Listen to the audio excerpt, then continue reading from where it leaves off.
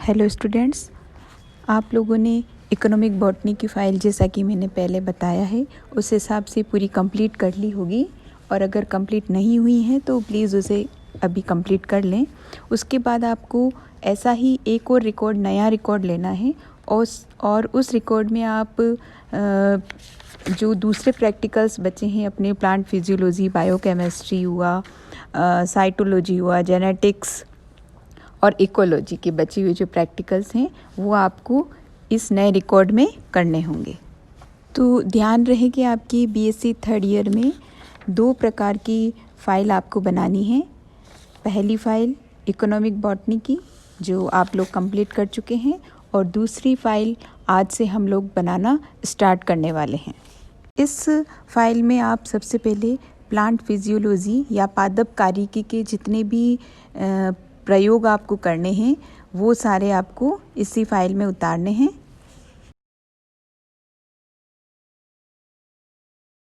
तो आज हम यहाँ प्लांट फिजियोलॉजी का पहला प्रैक्टिकल के बारे में कुछ समझेंगे।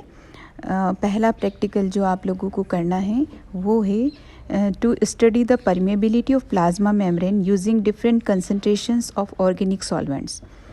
मतलब कि विभिन्न कार्बनिक विलायकों की अलग अलग सांद्रताओं का प्रयोग करते हुए प्लाज्मा झिल्ली की पारगम्यता का अध्ययन करना। तो इसमें जैसा कि आपको पहले स्लाइड में, ये जो स्लाइड है इसमें दिखाया हुआ है, ऑब्जेक्टिव लिखना है, उद्देश्य लिखना है, जिसमें आप लिखेंगे कार्बनिक विलायकों की विभिन्न सांद्रताओं का प्रयोग करते हुए प्लाज्मा झिल्ली की पारगम्यता का अध्ययन करना। उसके बाद आपको लिखना है आवश्यक सामग्री या रिक्वायर्ड मटेरियल। इसमें आप लोग बीट रूट हमको काम में आने वाला है, test tube, water, beaker, alcohol, acetone और ब्लेड या चाकू।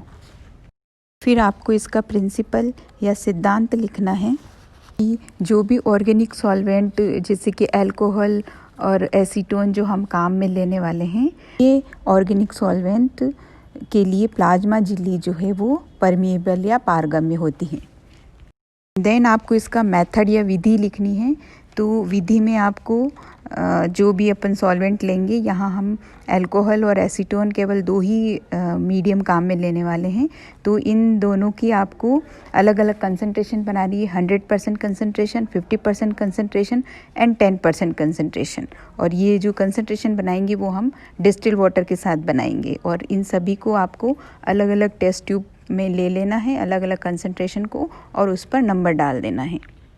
फिर आपको क्या करना है, जो बीट रूट या चुकंदर है उसके एक साइज़ के छोटे छोटे पीसेस काटने हैं, और उन पीसेस को पहले पानी से अच्छी तरीके से धो लेना है, और उसके बाद में आपको लगभग आधे घंटे या 60 मिनट के लिए उन अलग अलग टेस्ट ट्यूब्स में रख देना है।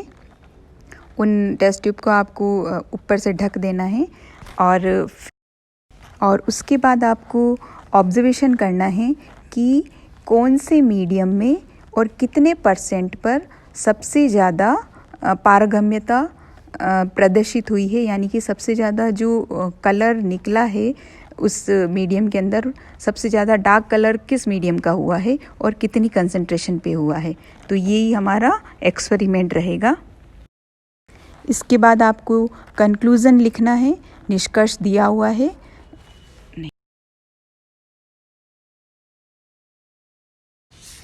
इसके बाद आपको कंक्लूज़न लिखना है, निष्कर्ष लिखना है, और उसकी प्रिकॉशंस या सावधानियां आपको क्या क्या करनी रहती हैं वो सब लिखना है।